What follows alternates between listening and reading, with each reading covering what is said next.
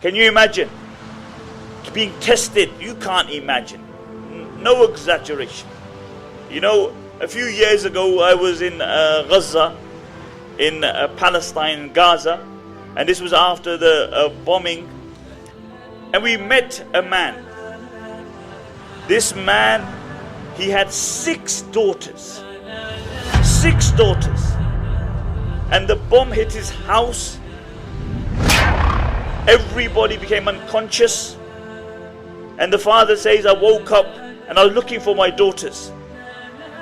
Out of those 6 daughters, 5 died.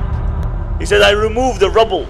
He said, my eldest daughter was very loved in the area. She was a very loving person.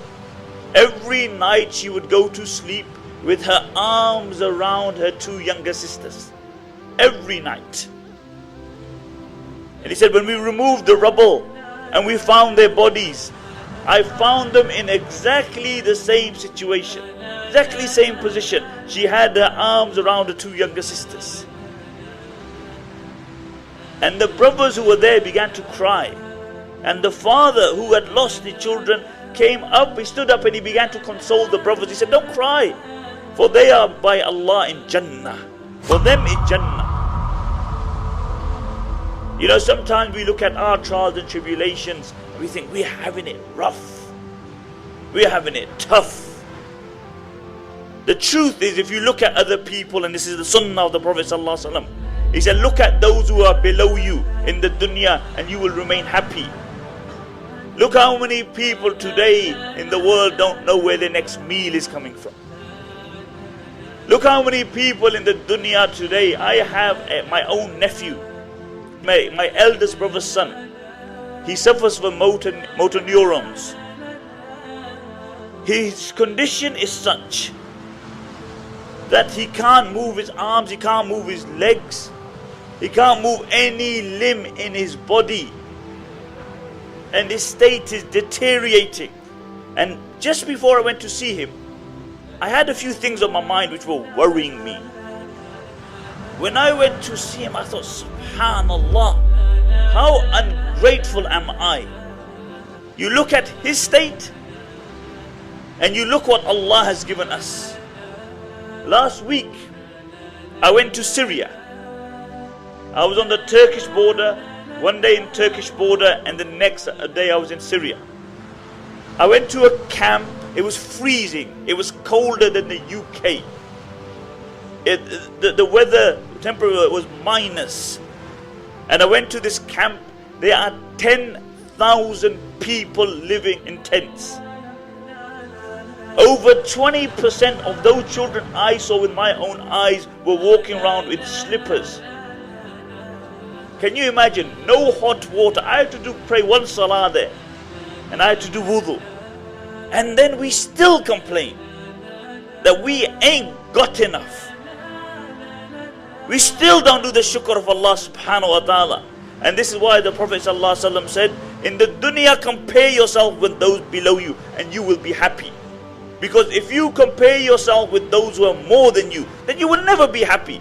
What will happen is that you will be on Prozac. You will suffer from depression because people will always have more dunya than you. And the Prophet ﷺ said, لو كان لابن آدم واديان من ذهب لأبتغى ثالثا. If man had 2 valleys of gold, 2 valleys of gold, he would desire a third. He would want a third. 2 is not enough. And then the Prophet ﷺ said, the only thing which will satiate man is the dust in the grave. When he's put in the grave, then only will he be satiated. Then only will his desires stop. And this is life, my dear respected brothers and sisters. Life is short. Go to the graveyard. Look at the dates on the tombstone. As soon as we came out of the airport, we passed the graveyard.